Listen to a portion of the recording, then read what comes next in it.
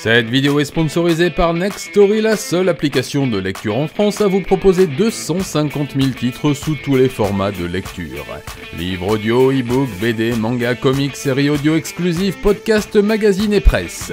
Grâce à ses 1500 éditeurs partenaires, Nextory est un acteur majeur dans la démocratisation de la lecture en rendant accessible à tous des milliers de livres via un abonnement au prix très doux.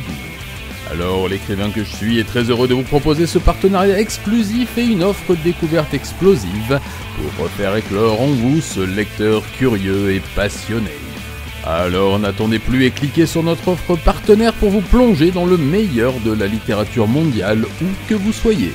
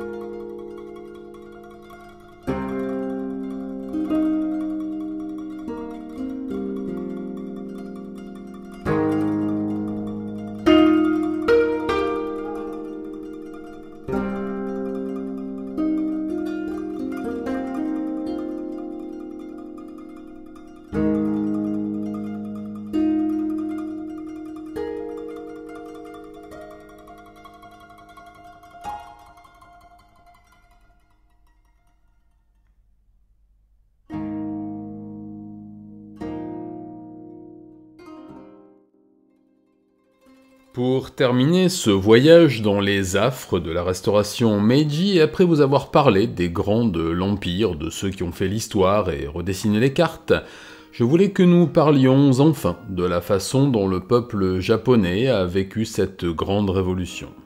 Si en haut lieu, les velléités d'ouverture et de modernisation mobilisaient les acteurs du Bakumatsu, il en fut bien autrement dans les milieux les plus modestes et les classes laborieuses japonaises très attachées à la féodalité et au rapport paternel que beaucoup entretenaient avec leurs daimyo. Loin des bruits de cour et des complots ourdis dans l'ombre par les grands acteurs de la Restauration, les ouvriers, les paysans, les pêcheurs et les commerçants travaillaient chaque jour pour nourrir et entretenir un pays qui, il faut bien l'admettre, avait trouvé ses marques après 7 siècles de shogunat. La guerre permanente entre les clans et les razzias des groupes adverses sur les domaines attaqués était contrebalancée par la protection militaire et la faible taxation des biens par les chefs de guerre. Les riziculteurs vendaient leur stock au seigneur local, et si par malheur les troupes d'un clan adverse détruisaient les champs, le daimyo indemnisait son paysan avec le butin de guerre. Les campagnes japonaises vivaient ainsi depuis presque toujours, utilisant les techniques agraires ancestrales, respectant des coutumes et des rites tels que le shogunat Kamakura les avait instaurés en 1192, et personne n'y trouvait rien à redire, enfin presque personne. Sakamoto Ryoma, Iwakura Tomomi, Okubo Toshimichi et tous les grands noms de la restauration Meiji voyaient, eux, dans cette dictature militaire paternaliste et rétrograde, une insulte aux valeurs de progrès qui gagnaient le monde et une occasion manquée pour le Japon de participer au grand concert des nations qui redessinait les contours du monde moderne. Inspiré par les Lumières, la Révolution américaine, le progressisme de Napoléon III et tous les élans nouveaux vers la liberté et l'universalité, les grandes figures du Bakumatsu réussirent enfin en 1868 à mettre fin à la domination des daimyo, au protectionnisme, à l'isolationnisme et au rejet du monde extérieur en rétablissant l'empire et en ouvrant enfin le pays au monde, invitant les scientifiques, les militaires et les artistes du monde entier à venir dispenser leur savoir dans le Japon de l'empereur Meiji. Tout cela, vous le savez déjà, mais s'il est une chose dont nous n'avons pas encore parlé et qui a pourtant eu une importance capitale pendant ces années clés, ce sont les émeutes de la taxe de sang qui commencèrent en 1871 et faillirent faire capoter ce grand élan historique. Alors pour conclure cette plongée dans l'une des époques les plus fascinantes de l'histoire, laissez-moi vous raconter le déroulé tragique des Ketsuzei Ikki. Comme toutes les révolutions, la restauration Meiji n'a pas tout de suite touché les campagnes et les îles les plus reculées de l'Empire. Si les édits et les lois furent proclamés dès l'accession au trône du jeune monarque et la mise en place de son gouvernement, leur mise en application fut, elle, plus longue et ne toucha les Japonais ruraux que des mois, voire des années plus tard. Parmi ces lois à l'application immédiate, il y eut notamment l'abolition de la féodalité et la transformation des domaines en préfectures, suivant par là le modèle français inspiré par les conseillers de l'empereur Napoléon III. Cela impliquait la fin du pouvoir des daimyo, bien entendu, mais aussi la réorganisation des administrations et le rattachement des autorités locales à Tokyo, la nouvelle capitale du pays. Les seigneurs locaux qui n'acceptèrent pas ces réformes furent emprisonnés, certains exécutés, mais beaucoup plièrent après avoir reçu des pouvoirs administratifs de la part de l'empereur. Les armées locales et claniques furent dissoutes et seule l'armée impériale fut reconnue et son statut proclamé en 1868. Pour beaucoup de paysans et d'ouvriers, tout cela ne signifiait pas grand-chose, un uniforme en remplaçait un autre, et le tout-puissant maître était remplacé par un fonctionnaire en vareuse bleue marine, alors après tout. Là où le bas commença à blesser, ce fut lorsque l'empereur proclama la conscription obligatoire en 1873, obligeant tous les Japonais mâles de plus de 20 ans à effectuer un service militaire de 3 ans, souvent effectué dans les armées coloniales qui envahissaient petit à petit les voisins d'Asie. Calqué, là encore, sur le modèle de conscription français, il fut d'abord basé sur le volontariat avant de devenir obligatoire pour accélérer la cohésion nationale dans un premier temps, puis très vite, pour nourrir la machine coloniale très gourmande en vies humaines. Là où le shogunat ne fonctionnait que sur des troupes professionnelles volontaires et souvent issues de familles de militaires, laissant leurs fils aux paysans pour cultiver la terre, l'Empire fut très vite perçu comme un dévoreur d'enfants qui remplissait les campagnes et les ports de parents éplorés. Pour les ministres en charge de ce programme, tout cela n'était pas un problème car l'industrialisation et les techniques venues d'Occident allaient pallier à tout cela. Pour le peuple japonais, ce fut une autre paire de manches. La grogne commença à s'installer dans les préfectures les plus peuplées et donc les plus touchées par cet impôt du sang, celui de leurs enfants. À Buichi, près de Hiroshima, un groupe de riziculteurs, d'anciens soldats, des domaines et d'artisans commencèrent à se rassembler pour porter leurs doléances à la nouvelle administration impériale qui restait sourde aux différents courriers de protestation envoyés jusqu'ici. Le 15 septembre 1871, une délégation de 6 représentants des différentes corporations marcha en direction de Hiroshima pour y rencontrer le préfet avec qui ils avaient obtenu un rendez-vous quelques jours auparavant. Les 6 hommes arrivèrent à la préfecture nouvellement construite et furent accueillis par la police qui les arrêta pour complot contre l'Empire sans qu'ils aient eu le temps de se défendre. Ils furent jugés pour haute trahison et pendus quelques jours plus tard. Le 1er octobre, un groupe de maires des environs de Buichi fit un rempart de leur corps lorsqu'un détachement de l'armée impériale vint chercher 17 garçons du village, dont 4 de la même famille.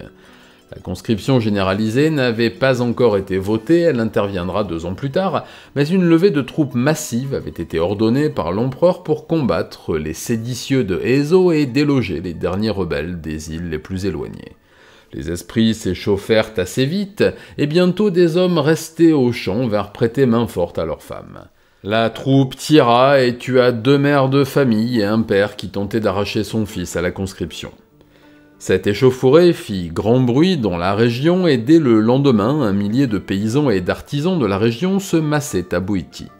La grogne était bien sûr partie du refus des nouvelles préfectures qui enlevaient des droits aux paysans et les rattachaient à l'État, ajoutant de nouveaux impôts et supprimant les monopoles de domaines, puis s'était étendu à la perte des terres redistribuées par le gouvernement Meiji après le démantèlement des domaines pour trouver son étincelle dans la conscription d'urgence.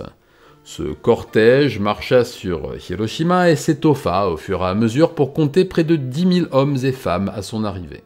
Les insurgés furent reçus par les troupes bien avant de pouvoir pénétrer dans la ville et des heurts violents eurent lieu. Armés de pics de bambou, de faux agricoles et de quelques sabres conservés par d'anciens soldats, ils furent accueillis par les fusils de la garde impériale et de la police militaire de la ville. Lorsque le premier coup fut porté à un militaire, l'officier ordonna à la troupe de tirer et 40 personnes tombèrent sous le feu des soldats. L'émeute s'arrêta net et plus de 500 personnes furent arrêtées et emprisonnées, parfois à vie. Sur les 3000 garçons enrôlés de force dans la préfecture, 2000 ne reviendront jamais des campagnes de pacification. La fin de cette année 1871, la 4e année de l'ère Meiji, fut aussi celle de la création du ministère de l'Instruction publique qui verra s'ouvrir dans tout le pays des écoles primaires et des collèges au début de l'année 1872, là encore sur le modèle français, embauchant même des instituteurs et des professeurs hexagonaux pour former les futurs hussards noirs de l'Empire comme ils le furent pour la République. Si cette mesure fut l'une des plus importantes pour l'avenir du pays, elle ne passa pas sans heurts, car l'instruction obligatoire pour les jeunes enfants, filles et garçons, sous-entendait aussi la substitution à leurs parents pour les travaux des champs ou de la fabrique. La décision de fixer les vacances au mois d'avril, toujours en vigueur aujourd'hui, date de cette période et correspond au calendrier agricole d'ailleurs. L'annonce et l'application de cette mesure révoltèrent les masses laborieuses qui ne voyaient pas les bienfaits immédiats de l'instruction et ne voyaient dans cette nouvelle excentricité de l'empereur qu'un moyen de leur substituer leurs enfants. En parallèle à cette loi, une autre, et qui, vous le verrez, s'imbrique directement, vint troubler les populations, celle de l'abolition des castes, notamment celle des Burakamine. Avant d'aller plus avant dans ces révoltes et leurs origines, penchons-nous un peu sur cette caste d'exclus de la société. Les Burakamine, ou Kegare, littéralement les gens des hameaux pour la première expression, et les crasseux pour la seconde, étaient une caste d'intouchables principalement constituée de bourreaux, de fossoyeurs, d'employés d'abattoirs, de bouchers, de tanneurs et de toute activité non militaire en rapport avec la mort. Détail horrible, une femme devenait de fait une intouchable et devait s'exiler dans un hameau de Burakamine considéré comme impur et perdant de fait tous ses droits, même sur sa propre famille. Cette caste, renforcée dans ses discriminations par le shogunat Tokugawa, héritait des charges de leurs parents, que ce soit dans les domaines de l'exécution publique, comme les charges de bourreau en Occident, ou dans le traitement des carcasses animales, que ce soit pour l'alimentation ou le cuir. Ils avaient des cimetières à part et ne pouvaient avoir de funérailles religieuses. Pendant des siècles, ils furent la cible de la colère populaire dès qu'un événement inexplicable frappait le pays. Ainsi, il n'était pas rare qu'un village d'intouchables soit rasé et sa population massacrée après un tremblement de terre meurtrier. C'est Matsumoto Jiichiro, un politicien issu d'une famille de Burakamine de Fukuoka, qui fut l'architecte de cette loi d'abolition des castes, et dirigea même le parti de libération des Burakamine qui contribuera à l'insertion de ces intouchables dans la société Meiji. Vous l'aurez compris, la réintégration de ces exclus dans la société et l'instauration de l'école pour tous firent que les enfants des Burakamine purent aller user leur fond de culotte aux côtés des enfants de paysans, de commerçants et d'anciennes huiles du shogunat, ce qui pour le commun des mortels était tout simplement impensable. Alors, à la première rentrée des classes, l'opposition fut double. Tout d'abord, les parents n'y envoyèrent que la moitié des enfants recensés, les autres étant au travail, et les enfants de Burakamine qui arrivèrent devant les portes des établissements furent mis dehors, voire tabassés par les parents d'élèves et par les enfants eux-mêmes. Bien entendu, les autorités impériales envoyèrent la troupe pour remettre de l'ordre dans tout cela et, vous l'aurez compris, créèrent le deuxième foyer d'émeute. Depuis décembre, des petits groupes d'insurgés, toujours fidèles au Tokugawa et très rétifs aux changements, organisaient des attaques sporadiques contre les étrangers venus s'installer sur le territoire à l'invitation de l'empereur. C'est dans la préfecture de Kochi, sur l'île de Shikoku, que les premiers émeutiers exécutèrent d'abord des prêtres catholiques espagnols, portugais et français, puis des marchands hollandais et américains avant d'organiser leur mouvement et d'étendre leur colère aux réformes scolaires, elles aussi issues de l'étranger. Ils fédérèrent les familles en colère et tous ceux qui rejetaient ces lois iniques, et une première émeute commune éclata à Tosa. 6000 insurgés marchèrent sur la préfecture et un dépôt d'armes avec la ferme intention d'aller supprimer le préfet, des familles étrangères installées dans la région et pourquoi pas brûler quelques écoles et pendre une poignée de burakamin. Pendant 3 jours, la cohorte fougueuse sema la terreur et la mort sur le territoire, incendiant 5 écoles, tuant 27 burakamin, dont 11 enfants, et exécutant une vingtaine d'étrangers, principalement anglais et américains. La troupe impériale, alarmée par ces massacres organisés et la destruction des infrastructures fraîchement construites, intervint et la consigne du « tirer pour tuer » fut donnée par l'empereur et le ministre. Ces émeutes de Kochi furent réprimées dans le sang et 91 insurgés furent tués par balles. 1 millier d'entre eux fut emprisonné, là encore certains à vie, mais en janvier 1872, alors que l'Empire retrouvé instaurait sa politique de modernisation et d'ouverture, une grande question commença à se poser dans tout le pays, celle de la religion. Le Shinto étant le culte officiel et ancestral jusqu'à l'avènement du shogunat qui lui préféra le bouddhisme tout en conservant de bonnes relations avec l'ancienne religion, il redevint tout naturellement la croyance d'État lors du retour de l'empereur. Par esprit d'apaisement et par calcul politique, Meiji ne supprima pas les grands sanctuaires bouddhistes et leur accorda même certains droits politiques prémices au concordat qui régit encore le pays. Mais ce retour aux origines ne fut pas sans souci pour le peuple qui, malgré l'imposition du bouddhisme dans les actes officiels, avait continué à prier les dieux des premiers temps et vénérer les lieux de culte shinto dont le sanctuaire originel est plus que sacré de Ise. Ce sanctuaire bâti au 8e siècle sous l'ère Heian est toujours considéré comme l'âme du Japon et suscite une adoration toujours ardente, même dans le Japon en voie de laïcisation du 21e siècle. Situé dans l'actuelle préfecture de Mie, Ise était proche de l'ancestrale capitale des Yamato, les fondateurs de l'Empire, et n'avait jamais été déplacé bien que la tradition veuille qu'il soit démonté et reconstruit tous les 20 ans pour lui garder sa pureté originelle.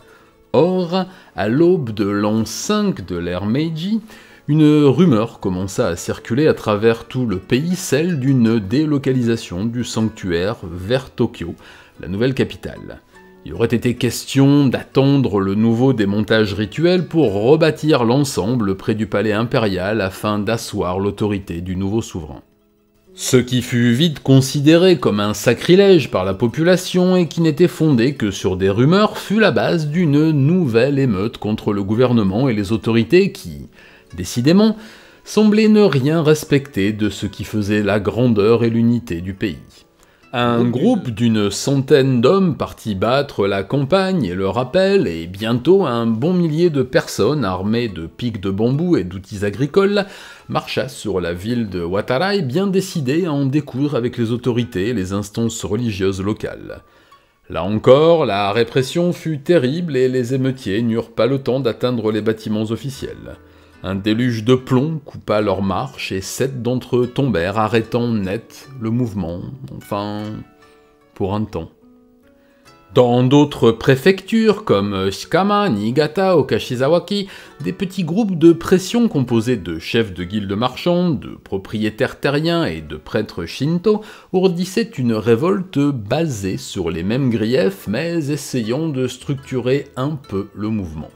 Farouchement opposé aux réformes, notamment à la mise en place d'une économie de marché de type occidental, qui voyait les prix du riz augmenter à cause de la spéculation, mais aussi l'arrivée massive d'étrangers dans le pays, la fin des castes et l'abolition des privilèges des samouraïs, entre autres, ils formèrent un mouvement clandestin qui se répandit petit à petit dans tout le sud du pays et trouva vite écho auprès de la population. Des leaders peu lettrés mais influents répandirent en plus une rumeur des plus farfelues, mais qui eut un écho immense auprès de la population. Le nom de la conscription obligatoire pour les fils de 20 ans et plus fut appelé La taxe de sang, ketsuzei en japonais, ce qui fut interprété comme une véritable taxe de sang, entendait par là que beaucoup crurent que l'Empire allait les vider de leur sang pour nourrir les étrangers, notamment chrétiens, connus pour manger et boire le corps de leurs dieux lors de leurs cérémonies bizarres. Une mauvaise traduction du texte de loi, écrit en japonais littéraire et légal et non accessible à la majorité, semblait vouloir dire que puisque les étrangers et les élites apportaient beaucoup à la modernisation et l'essor du pays, les gens de peu devraient donner leur sang pour étancher les acteurs de cet élan. Il va sans dire que rien dans le texte de loi ne parlait de tout cela, mais un biais évident de confirmation motivé par le sentiment anti-chrétien, anti-Meiji et xénophobe suffit à mettre le feu aux poudres. En février, un petit groupe d'une centaine d'hommes attaqua la préfecture de Shikama et les maisons de négociants américains, faisant un mort et brûlant 3 bâtiments. Quelques attaquants furent arrêtés et une dizaine fut blessée par balle. En avril, ce fut un groupe de 300 hommes qui prit d'assaut les préfectures de Niigata et Kashiwazaki, réclamant la fermeture du pays et l'interdiction des étrangers sur le territoire, l'interdiction du bouddhisme, poussée par les prêtres shinto, il va sans dire, la fermeture des écoles et le rétablissement des domaines féodaux. Ces attaques contre des bâtiments officiels, des temples et des habitations firent 7 morts et des dizaines de blessés avant l'intervention de l'armée qui, une fois encore, tira pour tuer et étendit 11 émeutiers. Les échauffourées et les petites révoltes locales continuèrent sporadiquement toute l'année et le début de l'année suivante dans les préfectures de Tottori, Oita, Akita et Fukui, ciblant principalement les symboles de l'Empire, les temples et bien sûr les étrangers et les anciens barakumin. La peur ancestrale de la chrétienté insufflée par les shoguns depuis des siècles conduisit certains émeutiers à remettre les crucifixions à l'ordre du jour, et un certain nombre d'exactions furent commises dans tout le pays sans que l'on en connaisse le nombre exact qui change selon le côté des sources, entre 10 et 200, c'est vous dire la taille de la fourchette. Mais malgré la férocité de la répression et le travail acharné de renseignement, le mouvement prit de l'ampleur et bientôt dans tout l'Empire, des dizaines de milliers de paysans, d'ouvriers, d'anciens samouraïs et de prêtres se retrouvèrent pour passer à l'action, espérant bien renverser le gouvernement et rétablir un État autoritaire et isolationniste. En mars 1873, des actions coordonnées furent lancées dans 10 préfectures, Kyoto, Okayama, Fukui, Mie, Tottori, Hiroshima, Shimane, Kagawa, Ehime et Kochi. Près de 20 000 personnes armées de pics en bambou, d'outils agricoles, de sabres et de quelques fusils attaquèrent les préfectures, les mairies, les casernes, les postes de police, les écoles, les temples bouddhistes, les commerces étrangers et les habitations des barakumin émancipés. Les attaques firent 21 morts et détruisirent une vingtaine de bâtiments. La troupe chargea à chaque fois et tira à vue, laissant une cinquantaine d'émeutiers sur le carreau. 300 personnes furent arrêtées et emprisonnées, 20 furent condamnées à mort et exécutées dans les jours qui suivirent, pour l'exemple. En mai 1873, le mouvement avait pris de l'ampleur et la faim causée par l'inflation poussait maintenant les journaliers agricoles et les plus démunis à se joindre aux émeutiers de la première heure. Dans la préfecture d'Okayama, ce furent 30 000 hommes et femmes qui prirent les armes et incendièrent 46 écoles publiques, 2 temples, un monastère, 52 mairies et bureaux gouvernementaux locaux et 300 maisons de barakumin. 24 personnes furent exécutées, 18 anciens intouchables, 2 moines et 4 agents de l'État et plus de 200 personnes furent grièvement blessées. Au même moment, dans la préfecture de Kagawa, 20 000 paysans armés de pics et d'outils détruisirent 34 mairies et sous-préfectures, 4 temples, un monastère, 300 maisons d'intouchables et d'étrangers, 7 postes de police et 48 écoles. Là, ce furent 44 personnes qui furent assassinées par les émeutiers, incluant quelques crucifixions de chrétiens. Dans les 2 cas, la répression fut très dure et ce furent près d'une centaine de personnes qui tombèrent sous les balles de la troupe impériale pendant que près d'1 millier d'arrestations finissaient en condamnation à la prison à vie, à la déportation ou à la mort. En parallèle à toutes ces actions violentes, des émissaires allaient régulièrement porter les doléances de ce mouvement insurrectionnel aux autorités impériales locales, les présentant comme la seule solution à l'arrêt des émeutes. Ces lettres portaient toujours les mêmes revendications, la fin de la conscription, celle des écoles publiques obligatoires, l'abolition de l'économie de marché, la fin de l'interdiction de porter le chignon et le sabre pour les anciens samouraïs, le retour au calendrier lunaire et l'expulsion des étrangers hors du pays. Les plénipotentiaires étaient toujours accueillis de la même façon, soit par du plomb, soit par une peine de prison à vie, et les lettres finirent toutes à la poubelle. Dans les semaines et les mois qui suivirent, des petites insurrections d'une centaine de personnes éclatèrent partout dans l'Empire, à Oita, Hojo, Okayama, Aimi, Tokushima, Fukuoka, Shimane, Nagasaki, Sakata, Yamanashi, Fukushima, Yamaguchi, Kumamoto et bien d'autres préfectures se virent submergées par des hordes de gens en colère qui n'hésitaient pas à piller, brûler et massacrer. Les autorités locales furent vite dépassées et les troupes de police durent battre en retraite dans bien des cas, abandonnant leur armement aux émeutiers. Exaspéré par cette situation, l'empereur Meiji ne tarda pas à trouver une solution radicale. Il fit convoquer ses généraux les plus fidèles et son ministre de l'Intérieur et grand architecte de la Restauration, Ōkubo Toshimichi, ancien samouraï de Satsuma dont je vous ai déjà largement parlé. Ōkubo, qui pouvait encore compter sur la loyauté de beaucoup de ses anciens camarades, fut chargé de recruter une armée de mercenaires, d'anciens samouraïs et maîtres d'armes, afin d'organiser une troupe d'élite apte à mater la rébellion. 7000 hommes furent recrutés et payés à prix d'or pour organiser la répression. Ils constituèrent un véritable corps d'armée avec des bataillons de tirailleurs en appui et mirent au point une agence de renseignement en graissant la patte de certains leaders émeutiers. En quelques semaines, les troupes étaient prêtes à passer à l'action. Les anciens samouraïs, toujours affûtés, firent des dégâts terribles parmi les manifestants et les soldats appliquèrent à la lettre la consigne du « tirer pour tuer ». À la fin de l'année, plus de 1000 hommes avaient été exécutés pendant ou après les attaques, voyant parfois des séances de décapitation au sabre à l'issue d'une bataille de 50 hommes à la fois. Des flots de sang noyèrent cette rébellion et 62 000 personnes furent arrêtées, dont 29 000 pour la seule préfecture d'Okayama. Les 15 hommes identifiés comme les têtes pensantes du mouvement la perdirent très vite et en public, mettant un terme à toute nouvelle attaque. 6 000 personnes, hommes et femmes, furent condamnées à de lourdes peines de prison et de travaux forcés, et 500 furent condamnés à mort et exécutés très rapidement en place publique. En 1874, le calme était revenu dans les populations les plus modestes et la nouvelle troupe de choc de l'empereur punissait de mort quiconque émettait de façon trop bruyante des réserves sur la politique d'ouverture. L'empereur ne fit aucune concession et n'accéda finalement à aucune revendication du peuple malgré les recommandations de ses conseillers les plus proches. C'est, entre autres, ce mépris qui causera les rébellions des anciens daimyo et de leurs domaines dont la première fut celle de Saga, matée elle aussi par Ōkubo, mais ça, vous le savez déjà.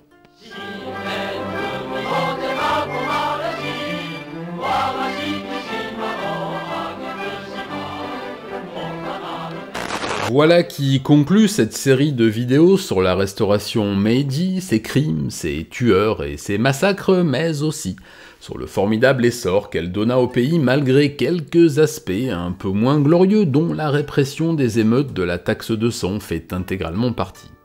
L'ère Meiji ne dura finalement que 44 ans mais marquera à jamais de son empreinte le Japon moderne et même contemporain. L'habileté politique que le jeune empereur acquerra au fil des années et son talent pour s'entourer de politiciens visionnaires firent de lui l'un voire l'empereur le plus important de l'histoire du Japon et son héritage perdure toujours. Même si, vous l'aurez compris, je considère la restauration Meiji comme la meilleure chose qui ait pu arriver au pays après des siècles de shogunat, je reste conscient des sacrifices et des exactions qui furent nécessaires pour instaurer un État plus juste et plus prospère, qui devait compter durablement dans le concert des nations. C'est en lisant et relisant les écrits de Sakamoto Ryoma et ceux de Okubo Toshimichi que j'ai pris conscience de cette nécessité circonstancielle du recours à la force pour imposer au plus grand nombre un régime plus apaisé et plus juste. Il faut lutter contre ses propres convictions d'homme occidental du XXe siècle pour admettre cette réalité, mais comme Napoléon qui disait regarder le champ de bataille d'un œil sec, il faut bien admettre que ces années de troubles et de batailles sanglantes apportèrent au Japon la grandeur et la prospérité. Ce sont ces grands hommes d'un autre temps qui m'ont sans doute un peu aidé à l'homme imparfait mais heureux que je suis aujourd'hui. Je ne résiste pas, avant de nous quitter pour un temps, à l'envie de vous offrir une citation de Sakamoto Ryoma qui me suit depuis longtemps. Tout peut être accompli si vous prenez la responsabilité d'en faire 80 ou 90% vous-même. Déléguez les 10 ou 20% de responsabilité restantes à d'autres et donnez-leur tout le crédit une fois la réussite achevée. Certes, le petit-fils de Meiji verra sans doute les choses en beaucoup trop grand et prendra certains principes au pied de la lettre, mais ça c'est une autre histoire dont je vous ai déjà parlé souvent dans d'autres vidéos et dont je vous parlerai sûrement très bientôt. Voilà, j'espère que cette histoire vous aura plu et appris quelque chose sur ce pays qui, quoi qu'il en soit, reste le mien. Si mes vidéos vous plaisent, n'oubliez pas de vous abonner dans un premier temps, vous êtes encore plus de la moitié à regarder mes contenus sans être abonné, à liker, à partager, à laisser un petit commentaire, c'est une première étape pour aider la chaîne. Si vous en avez les moyens, si vous le souhaitez, et le pouvez bien entendu, vous pouvez me laisser un petit pourboire via Tipeee, les Super Thanks, le petit cœur juste sous la vidéo, en devenant membre de l'unité Satsujin, également le bouton rejoindre sous la vidéo, ou en me faisant un petit don direct via PayPal, et là encore je vous mets le lien en description. YouTube n'étant pas très tendre avec ma monétisation, voire totalement impitoyable, c'est le seul moyen que j'ai de continuer mes activités, alors merci d'avance à vous. Vous pouvez aussi aller faire un petit tour sur la boutique satsujin.fr où vous trouverez mes livres que je vous dédicace à la demande, des prints, des CD et des t-shirts sérigraphiés dont mes enfants portent admirablement le galbe. Rejoignez-moi également sur mes réseaux sociaux, Twitter, futur X peut-être, Instagram et Facebook, j'y suis assez présent et y parle régulièrement de l'actualité de la chaîne. Vous pouvez aussi rejoindre le Discord, même chose, je vous mettrai tous les liens en description, et encore merci. Voilà, je vous laisse, d'autres dossiers encore plus poussiéreux et sanglants m'attendent, et maintenant que je montre ma bobine à l'écran, il va peut-être falloir que j'aille faire un petit peu de sport. Allez, je vous embrasse pour ceux que ça intéresse, et à très bientôt. Matane.